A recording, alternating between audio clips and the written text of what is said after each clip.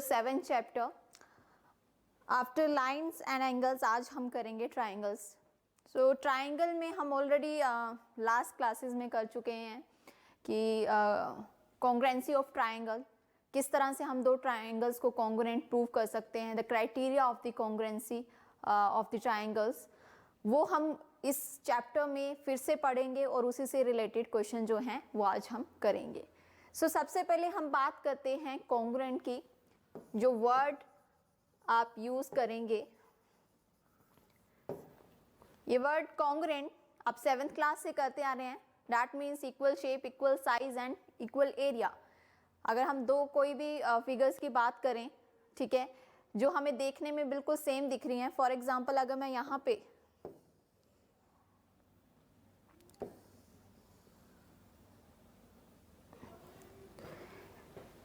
दो रेक्टेंगल्स बना दूं, ठीक है, दोनों रेक्टेंगल्स हैं यहाँ पे, इनकी शेप सेम है, ठीक है। अगर इनका साइज देखा जाए वो भी क्या है, सेम है। दैट मीन्स इनका एरिया भी इक्वल होगा। सो हम इन दोनों शेप्स को कॉन्ग्रुएंट कह सकते हैं, दे आर कॉन्ग्रुएंट, ठीक है। और अगर यहाँ पे मैं एक तरफ ट्राइंगल बना दूं, सॉरी आपका रेक्टेंगल, और एक तरफ आपका सर्कल आ जाए, तो दोनों जो यहाँ पे फिगर्स हैं उनकी जो शेप है दैट्स नॉट सेम। दोनों की शेप जो है वो डिफरेंट है। That means they are not congruent. तो दैट मीन्स कि अगर दो फिगर्स हैं, अगर हम उन्हें कॉन्ग्रुएंट प्रूव करना चाहते हैं, बताना चाहते हैं, तो उनकी शेप सेम होनी चाहिए, उनका साइज सेम होना चाहिए। अगर उनकी शेप सेम है, साइज सेम है, दैट मीन्स उनका एरिया भी इक्वल है। That means they are congruent, उनको हम कॉन्ग्रुएंट कह सकते हैं। So basically congruent means equal shape, equal size and equal area. हमने कॉन्ग्रुएंट वर्ड, इसका एक सिंबल भी था जिसे हम इस तरह से लिखते हैं।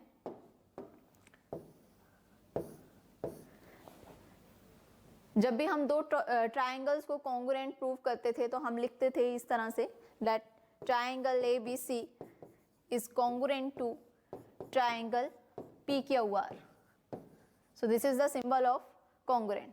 चलिए नेक्स्ट, कॉन्ग्रुएंस ऑफ ट्राइंगल। अब ट्राइंगल की बात करते हैं कि दो ट्राइंगल्स हैं, वो कॉन्ग्रुएंट किस तरह से हो सकते हैं।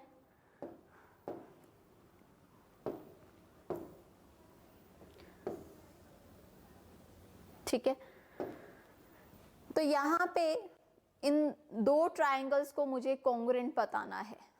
इसे लिख लेते हैं ABCPQR।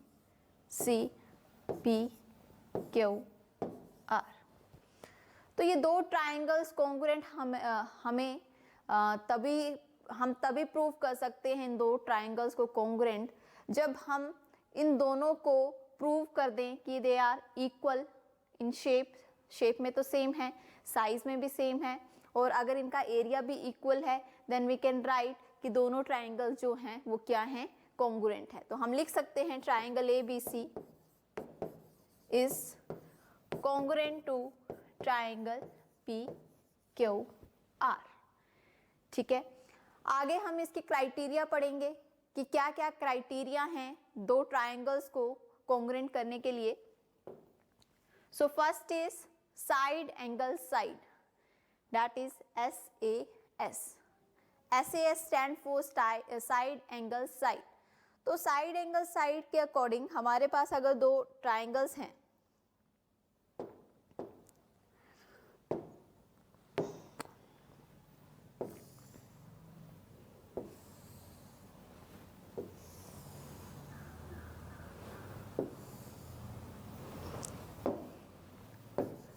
ABOCD।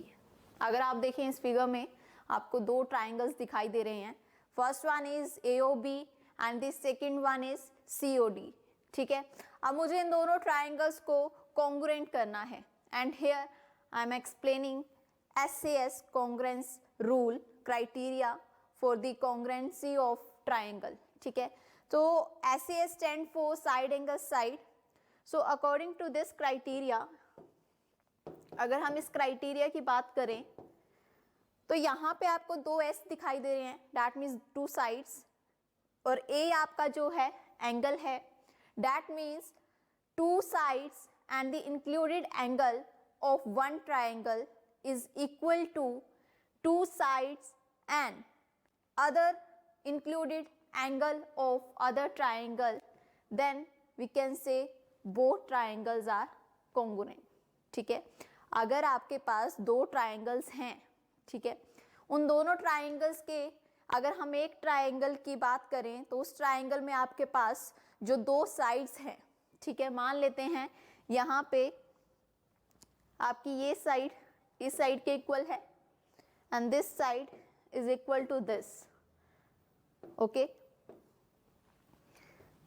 दैट मीन्स कि आप जो एक ट्राइंगल को ले रहे हैं, first of all triangle AOB, तो यहाँ पे जो आपकी ये जो दो साइड्स हैं और ये जो इंक्लूडेड एंगल है, इंक्लूडेड एंगल का मतलब यहाँ पे ये है कि जो दोनों साइड के बीच में जो एंगल आएगा that is the included angle.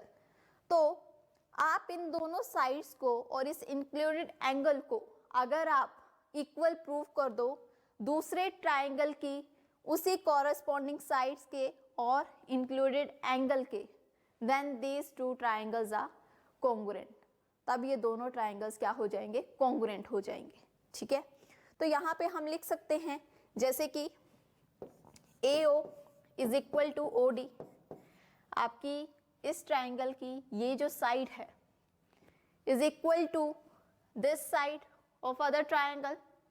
Similarly OB is equal to OC, OB जो है वो OC के इक्वल है। And if you will see here in this figure, these two angles are vertically opposite angle because here AD and CB both lines are intersecting at point O। तो जब भी दो lines intersect होती हैं तो वो vertically opposite angle ज़रूर बनाती हैं। So here this angle will equal to this because of vertically opposite angle. So we can write angle AOB is equal to angle COD। यहाँ पे आपका ये जो एंगल है ये दोनों इक्वल हैं, reason is vertically opposite angle.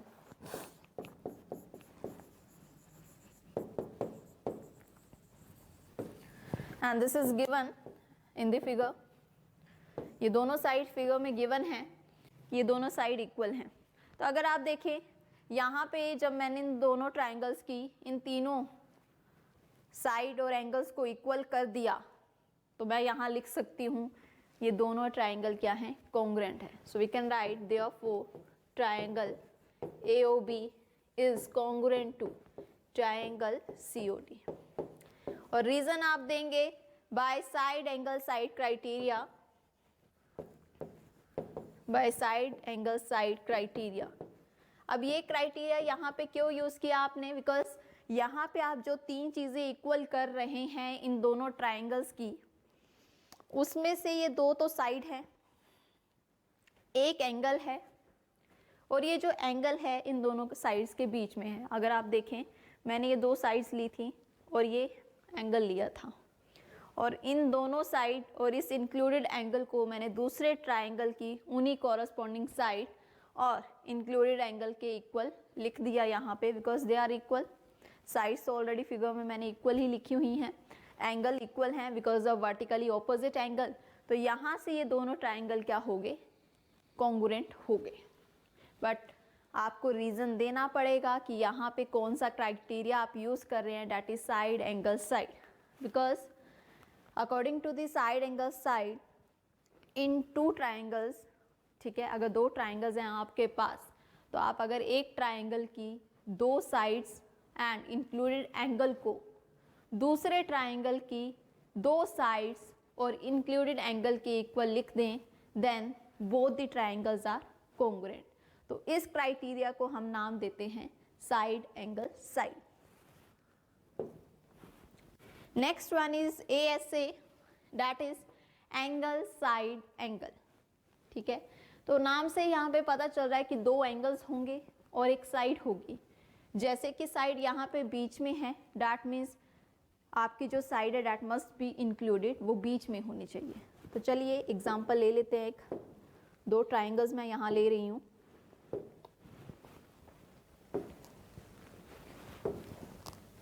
ठीक है, दिस इज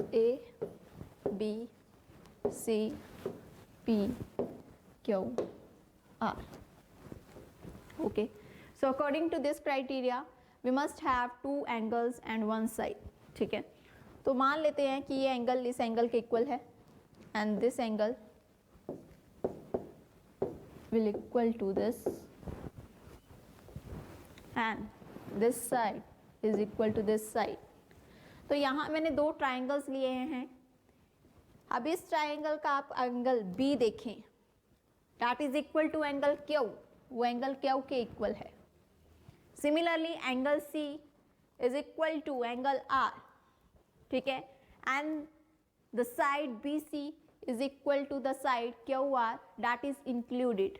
इंक्लूडेड मीन्स दोनों एंगल के बीच में है। ठीक है, तो अगर आप ये क्राइटेरिया यूज कर रहे हैं तो साइड बीच में होनी चाहिए। ठीक है, so we can write angle ABC is equal to angle PQR। Similarly angle ACB is equal to angle PRQ and BC is equal to QR। ये तीनों की तीनों चीज़ें गिवन हैं फिगर में। So we can write triangle ABC is congruent to triangle PQR because यहाँ पे ये जो तीनों चीज़ें हैं उनमें दो एंगल्स हैं और एक साइड है and that criteria is angle side angle। So we can write by angle side angle criteria।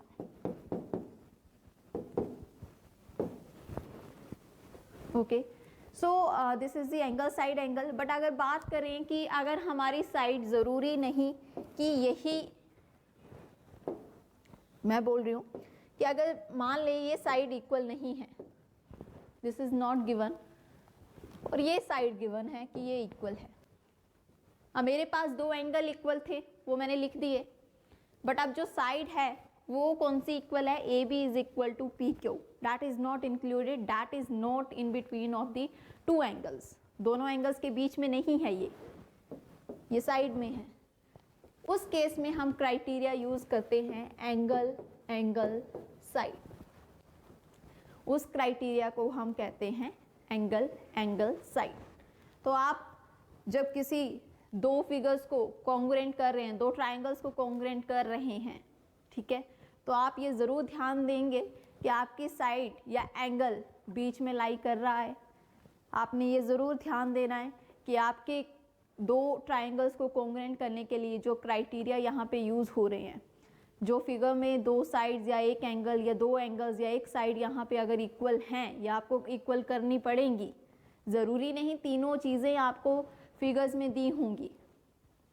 कुछ आपको, जैसे कि अभी लास्ट हम क्राइटेरिया कर रहे थे तो उसमें एंगल इक्वल दिया नहीं था, वो तो हमें पता था कि यहाँ पे लाइंस इंटरसेक्ट हो रही हैं, that means vertically opposite angle बनेंगे तो ये इक्वल होंगे। ठीक है, यहाँ पे तीनों चीज़ें मैंने फिगर्स में लिखी हैं कि ये इक्वल हैं, सामने ही हैं, बट आपकी एक्सरसाइज में आपको दो साइड्स या दो एंगल्स या एक एंगल या एक साइड अगर गिवन है तो तीसरी चीज़ आपको देखनी पड़ेगी और वहाँ आपको देखना पड़ेगा कि इन तीनों में से कौन सा क्राइटेरिया यहाँ पे यूज़ होगा for the congruency of the triangle. चलिए अब बात करते हैं CP CT। इसका मतलब मैं आपको बाद में बताऊंगी, पर जैसे कि अभी हम तीन क्राइटेरिया पढ़ चुके हैं for the congruency of the triangle. तो जब दो ट्राइंगल्स कॉन्ग्रुएंट हो जाते हैं तो क्या होता है?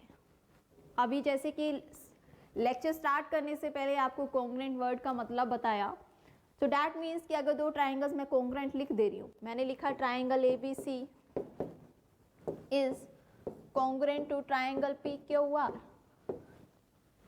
ठीक है।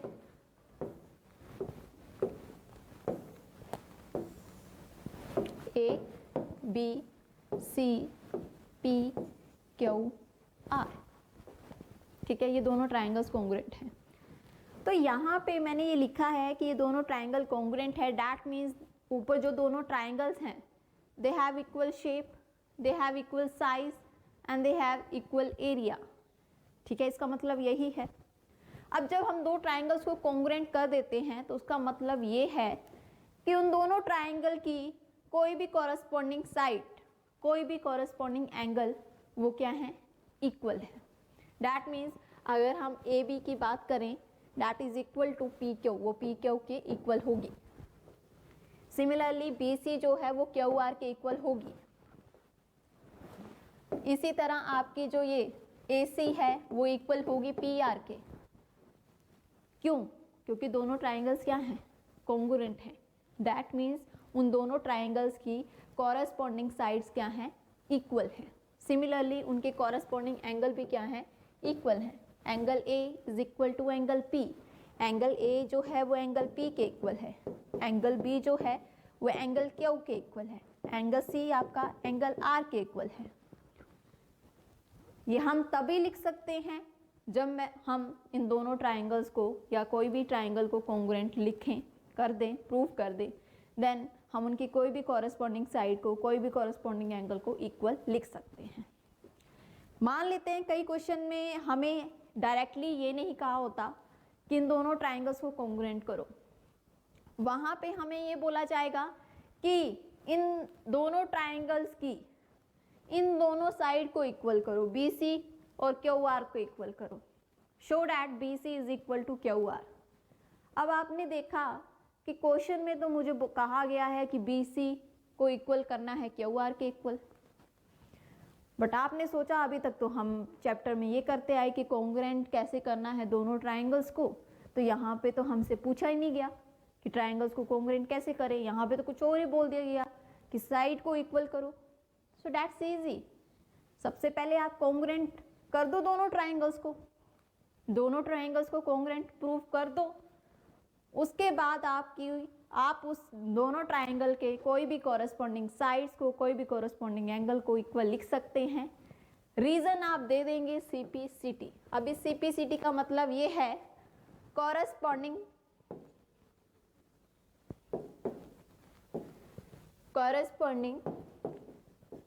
पार्ट ऑफ कॉन्ग्रुएंट ट्राइंगल, ठीक है। CPCT stand for corresponding part of congruent triangles. तो जब भी आप कॉन्ग्रुएंट करने के बाद दो साइड्स को या दो एंगल्स को इक्वल लिख रहे हैं, रीज़न आप लिख देंगे CPCT। दैट मीन्स कि भाई ये दोनों ट्राइंगल्स के कॉरस्पॉन्डिंग पार्ट हैं तो ये इक्वल ही होंगे, ठीक है। चलिए नेक्स्ट अब क्वेश्चन कर लेते हैं। क्राइटेरिया हमने पढ़ लिए हैं, तो ये आपके फर्स्ट एक्सरसाइज का क्वेश्चन है, बहुत सिंपल है। इन अ क्वाड्रिलेटरल ABCD, यहाँ पे क्वाड्रिलेटरल की बात हो रही है, 4 साइड फिगर की बात हो रही है, जिसमें आपको एक साइड गिवन है AC is equal to AD। चलिए एक काम तो खत्म हुआ। जहाँ पे हमें कॉन्ग्रुएंट करने के लिए 3 चीज़ें चाहिए, एक चीज़ तो मुझे क्वेश्चन में दे दी है। चलिए ये तो मुझे मिल गया। आगे लिखा है AB bisects angle A। AB आपकी जो लाइन है वो एंगल A को बाइसेक्ट कर रही है। अब यहाँ पे ये जो बाइसेक्ट है ये बहुत इंपॉर्टेंट वर्ड है, क्योंकि जहाँ 3 चीज़ों में से आपको एक चीज़ मिल चुकी है, दूसरी चीज़ आपको ये दे देगा, ठीक है। बाइसेक्ट्स का मतलब 2 इक्वल पार्ट्स में डिवाइड कर, ठीक है। तो जैसे ही आप बाइसेक्ट वर्ड पढ़ रहे हैं दैट मीन्स यहाँ पे कुछ 2 इक्वल चीज़ें बन रही हैं। अब कौन बना रहा है? AB जो है, AB जो लाइन है वो बाइसेक्ट कर रही है एंगल A को, एंगल A को बाइसेक्ट कर रही है। दैट मीन्स आपका एंगल ये है, ठीक है।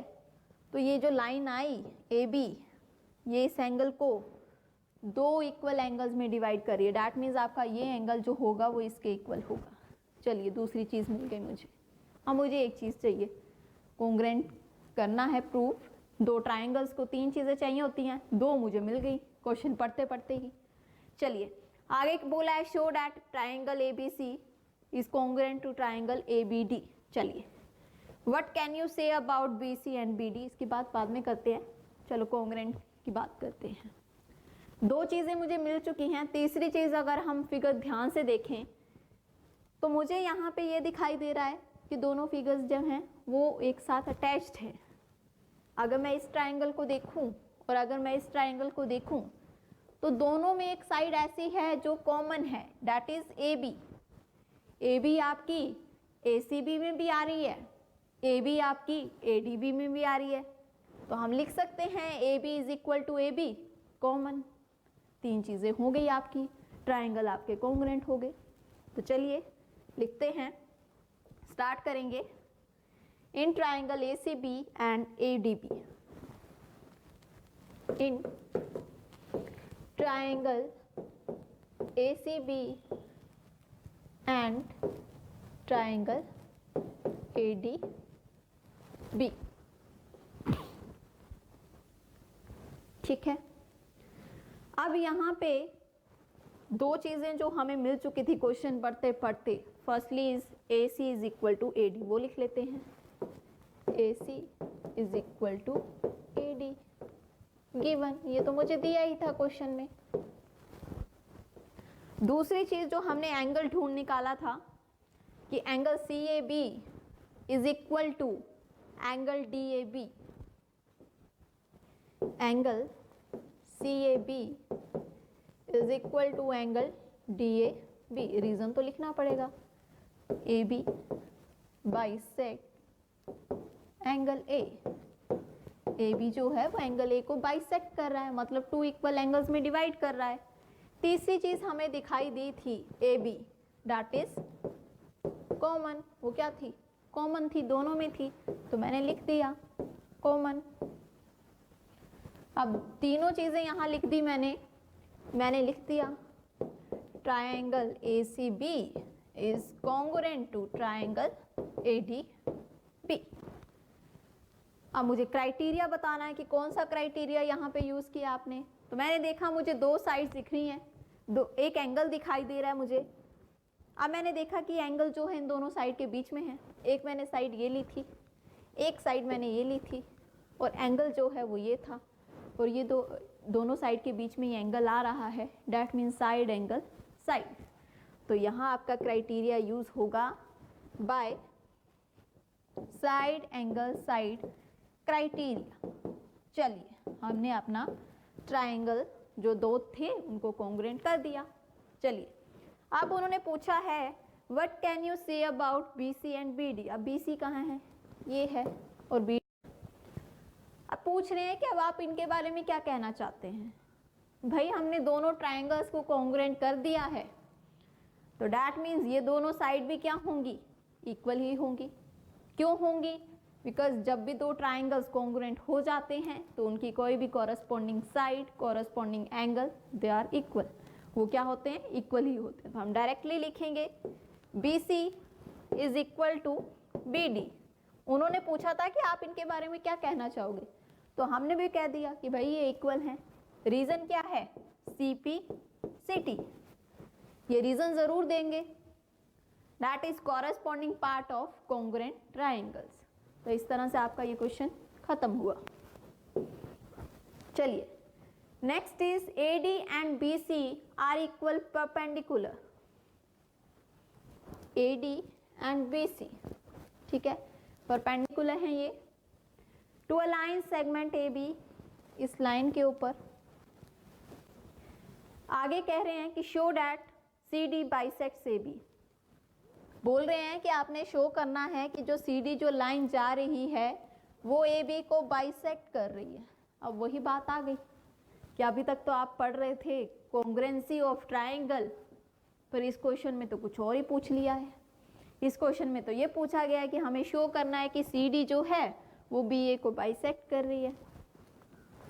तो बेटा यहाँ पे मतलब आपका वही है कि हमें यहाँ पे ये बताना है कि जो CD जो लाइन जा रही है ये बी ए को क्या कर रही है, बाइसेक्ट कर रही है, that means two equal parts में डिवाइड कर रही है, जिसका मतलब ये है कि O B is equal to O A, ये हमें शो करना है। ठीक है, तो यहाँ पे बाइसेक्ट का मतलब अभी बताया था टू इक्वल पार्ट्स में डिवाइड करना। तो सी डी अगर बी ए को बाइसेक्ट कर रही है, डैट मीन्स बी ए जो है वो टू इक्वल पार्ट्स में डिवाइड हो रहा है, that means O B is equal to O A. तो मतलब अगर हमने ये लाइन प्रूव करनी है तो उसके लिए मुझे ये शो करना है O B is equal to O A. तो ये कब होगा, जब ये दोनों ट्राइंगल्स क्या हो जाएंगे, कॉन्ग्रुएंट हो जाएंगे, और ओ बी और ओ ए जो हैं कॉरस्पॉन्डिंग साइड्स हैं, दोनों ट्राइंगल्स कॉन्ग्रुएंट हो गए तो इनकी कॉरस्पॉन्डिंग साइड्स इक्वल हो जाएंगी, तो हम लिख देंगे O B is equal to O A. That means आपकी जो सी डी है वो ए बी को बाइसेक्ट कर रही है। तो चलिए अब हमारा काम है इन दोनों ट्राइंगल्स को कॉन्ग्रुएंट करना। तो फिगर्स में कुछ साइन दिखाई दे रहे हैं जो हमारा काम जो है और कम कर देंगे। चलिए बी सी जो है वो डी ए के इक्वल है, एक चीज़ मुझे मिल गई। एंगल बी और एंगल ए जो हैं दोनों 90 डिग्री के हैं, दोनों इक्वल हैं, दूसरी चीज़ मिल गई। अब थर्ड चीज़ तो कुछ दिख नहीं रही, कुछ ऐसा साइन नहीं लगाया इन्होंने, तो वो हमें खुद देखनी है। तो यहाँ पे अगर आप देख रहे हैं ये दोनों लाइंस क्या हैं, इंटरसेक्ट हो रही हैं, डैट मीन्स यहाँ पे जो एंगल बन रहा है वो क्या है, वर्टिकली ऑपोजिट एंगल है। तो डैट मीन्स ये दोनों एंगल इक्वल हैं, दोनों ट्राइंगल कॉन्ग्रुएंट हैं, उनकी कॉरेस्पॉन्डिंग साइड इक्वल है, that means C D bisects A B. तो लिखेंगे in triangle B O C and triangle D O A. So that means B C जो है वो डी ए के इक्वल है। Okay, angle C B O is equal to angle D A O. C B O this angle is equal to angle D A O, इस angle के equal है। इसका तो रीजन हम देंगे गिवन है, इसका रीजन देंगे बोथ 90 डिग्री। अब उस एंगल की बात करते हैं जो वर्टिकली ऑपोजिट है, that is B O C. Angle B O C is equal to angle D O ए।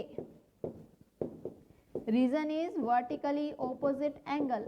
आप पूरा लिखेंगे। तीन चीजें मुझे यहाँ पे मिल गई, दैट मीन्स आपका triangle B O C is congruent to triangle D O A. अब रीजन बताना पड़ेगा कौन सा क्राइटेरिया यूज कर रहे हैं।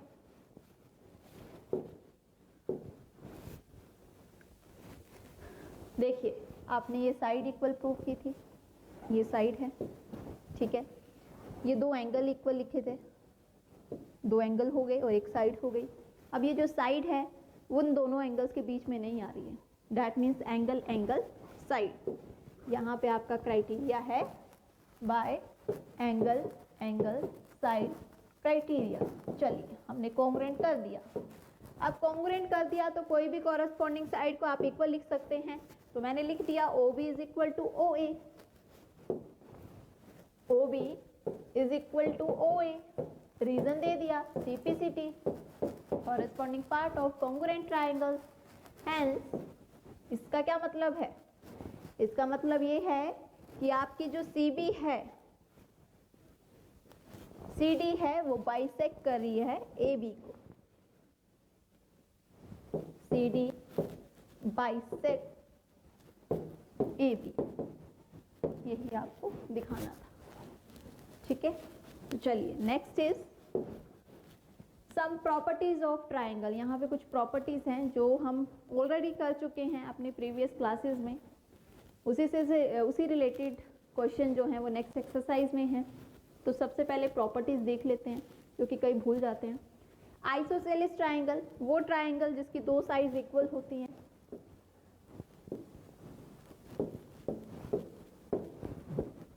Triangle in which two sides are equal and that triangle is called isosceles triangle, उसे हम isosceles triangle कहते हैं, ठीक है। तो आगे जो प्रॉपर्टीज हैं वो इसी ट्राइंगल से रिलेटेड है। Angles opposite to equal sides of an isosceles triangle are equal. कह रहे हैं कि अगर आपके पास आइसोसेलेस ट्राइंगल है,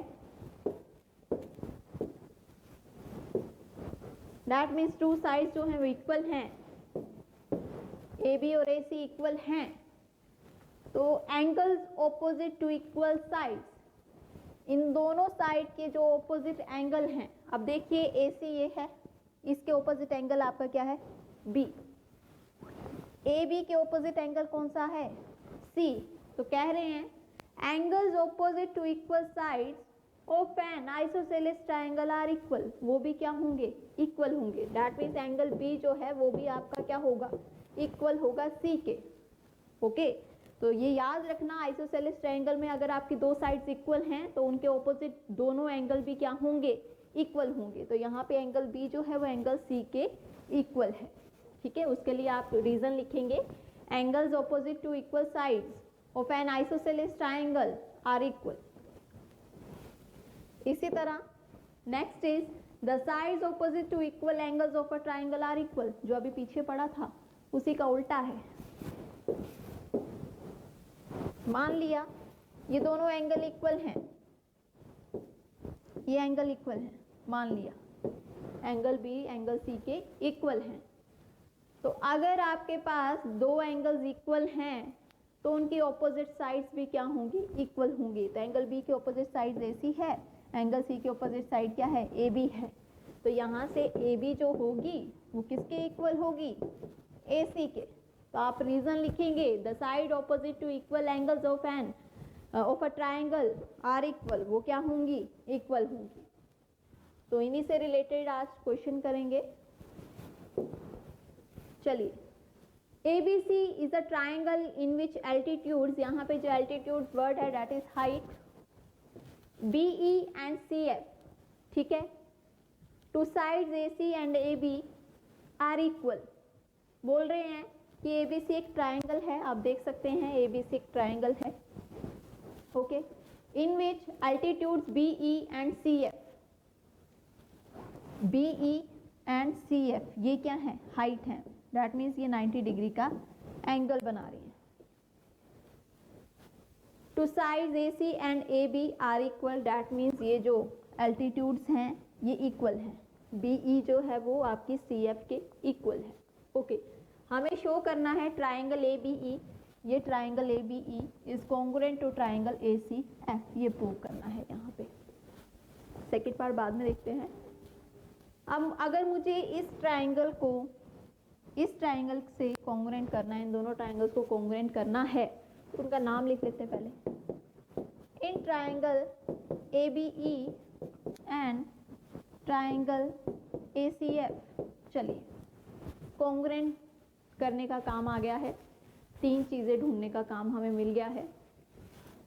altitudes that means height, that means 90 degree, उसका मतलब ये है ये जो एंगल है, ये जो एंगल होगा और ये जो एंगल होगा ये क्या होगा, 90 डिग्री का होगा। तो मैंने लिख लिया एंगल AFC। इस ट्राइंगल की अगर बात करें तो इसमें ये जो एंगल है AFC, angle AFC that is equal to angle इस ट्राइंगल के, इस एंगल के इक्वल है एंगल AEB।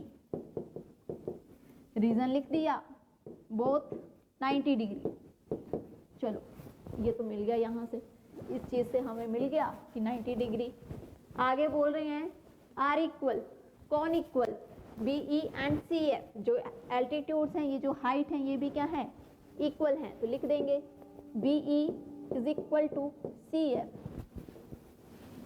गिवन, ये गिवन है आपको। तीसरी चीज़ चाहिए, ध्यान से देखा ट्राइंगल को, इस ट्राइंगल को भी ध्यान से देखा, साइड और कोई इक्वल दी नहीं है, एंगल और कोई इक्वल है नहीं, कॉमन मुझे कोई साइड दिखाई नहीं दे रही। फिर मुझे मेरा ध्यान गया कि अगर आप दोनों ट्राइंगल में देखें, ये एंगल A जो है ये क्या है, कॉमन है, इस ट्राइंगल में भी एंगल A आ रहा है, इस ट्राइंगल में भी आपका एंगल A आ रहा है, तो मतलब triangle angle A is equal to angle A, reason is common. तो आप पूरा नाम लिखेंगे, आप लिखेंगे angle BAE is equal to angle CAF,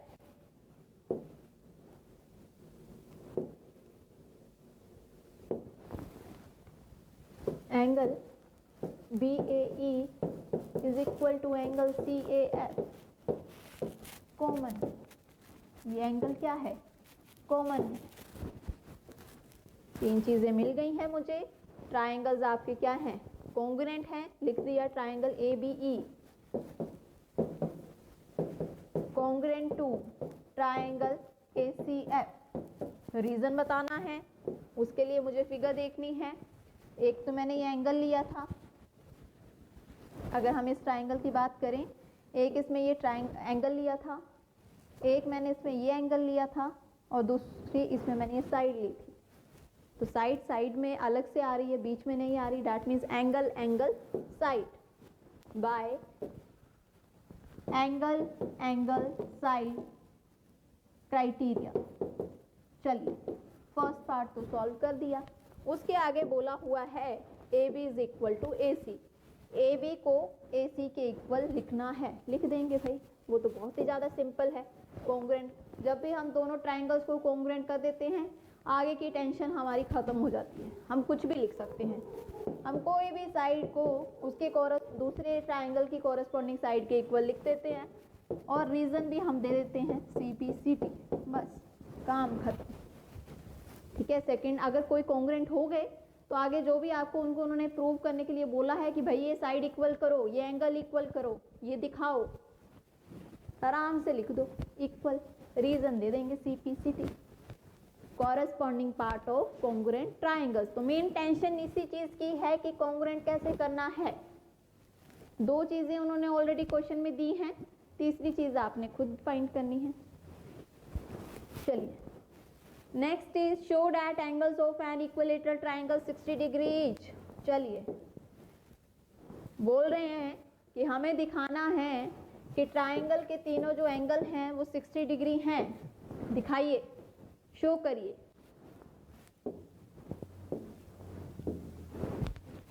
हमें पता है इक्विलेटरल ट्राइंगल के जो एंगल्स हैं उन सभी का मेजर जो होता है वो 60 डिग्री होता है, but here we have to show, हमें शो करना है कि 60 डिग्री होता है। चलिए, तो कैसे करेंगे? अब जैसे कि triangle A B C is an equilateral triangle. A B C जो है वो एक इक्विलेटरल ट्राइंगल है। उसका मतलब ये है कि आपकी तीनों साइड इक्वल हैं। A B is equal to B C is equal to C A. तीनों साइड्स क्या हैं? इक्वल हैं। ठीक है। तो यहाँ से मैंने क्या किया, सबसे पहले मैंने दो साइड्स ली, A B is equal to B C. जब मैंने देखा कि A B is equal to A C, A B A C के इक्वल है, तो अभी हमने एक प्रॉपर्टी पढ़ी थी दैट कि अगर आपकी दो साइड्स इक्वल हैं तो उनके ऑपोजिट एंगल भी क्या होंगे? इक्वल होंगे। तो अगर मैं लिख रही हूँ A B is equal to A C, तो एंगल बी, अगर ए सी के ऑपोजिट एंगल देखो दैट इज एंगल बी, और ए बी के ऑपोजिट देखो तो एंगल सी, तो ये दोनों एंगल क्या होंगे? इक्वल होंगे। रीजन लिखेंगे आप, angles opposite to equal sides are equal. Equation दे देंगे इसे 1। ठीक है। अब जैसे मैंने ये दो साइड्स ली थी, अब मैं ले लूंगी B C is equal to C A. B C is equal to C A, तीनों साइड इक्वल हैं तो मैंने दो ले ली। अब बी सी अगर सी ए के इक्वल है तो बी सी के ऑपोजिट एंगल कौन सा है? एंगल ए। सी ए के ऑपोजिट एंगल कौन सा है? Angle B. तो ये दोनों इक्वल हैं। Angle A is equal to angle B. Equation 2। Reason is angles opposite to equal sides are equal। ठीक है। तो यहाँ पे आपने लिखा था कि एंगल बी जो है वो एंगल सी के इक्वल है, और यहाँ पे आप लिख रहे हैं एंगल बी एंगल ए के इक्वल है। तो लिखेंगे from 1 and 2 angle A is equal to angle B is equal to angle C. यही प्रूव हुआ ना इक्वेशन 1 एंड इक्वेशन 2 से, क्योंकि एंगल बी यहाँ पे एंगल ए के इक्वल है, फर्स्ट में एंगल बी एंगल सी के इक्वल था, दैट मीन्स ये तीनों एंगल क्या हैं, इक्वल है। इसको इक्वेशन दे देंगे 3। अब आपने एंगल सम प्रॉपर्टी तो अभी पढ़ी थी लाइंस एंड एंगल्स चैप्टर में। तो according to that property the sum of all angles of a triangle is 180 degree. तो यहाँ पे मैं लिख सकती हूँ angle A plus angle B plus angle C that is equal to 180 degree. Reason is angle sum property. ठीक है, अब तीनों एंगल का सम 180 डिग्री है, तो मैं क्या लिखूंगी यहाँ पे, मैंने अभी यहाँ पे इन तीनों एंगल को इक्वल लिखा है, तो मैं लिख दूंगी angle A angle A angle A. क्यों? क्योंकि एंगल बी भी एंगल ए के इक्वल है, एंगल सी भी एंगल ए के इक्वल है, तो मैंने तीनों एंगल को एंगल ए लिख दिया। जब इनको प्लस किया it will be 3 angle A, और यहाँ से जब 3 दूसरी तरफ जाके डिवाइड होगा इट विल बी 60। तो अगर एंगल ए हमारे पास 60 डिग्री आ रहा है तो एंगल बी और एंगल सी ये भी क्या होंगे, 60 डिग्री ही होंगे। ठीक है, तो इस तरह से आप ट्राइंगल के तीनों angles of N equilateral triangle, तीनों एंगल को 60 डिग्री शो कर सकते हैं। चलिए next is some more criteria for the congruency of triangle. First one is side side side। अभी तक तो हमने 3 किए थे, अब और कर लेते हैं। साइड साइड साइड, नाम से ही पता चल रहा है 2 ट्राइंगल हैं,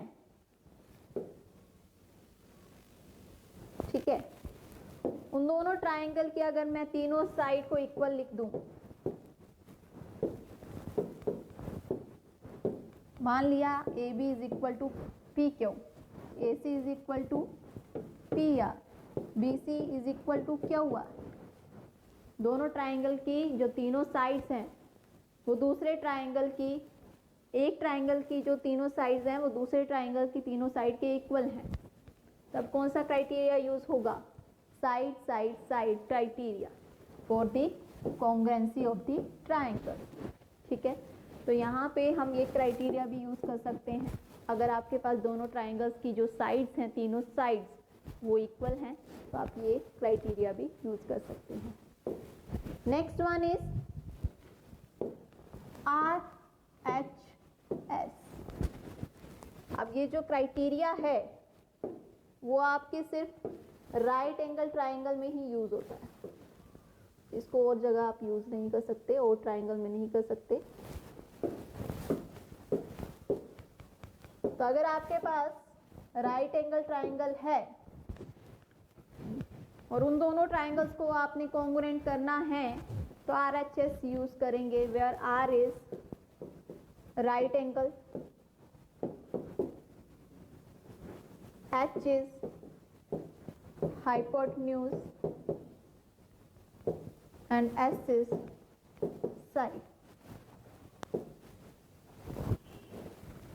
right angle hypotenuse side, that means अगर 2 राइट एंगल ट्राइंगल हैं and we have to show that both the right angle triangle are congruent, then we have to show hypotenuse of both triangles are equal and also the side one side।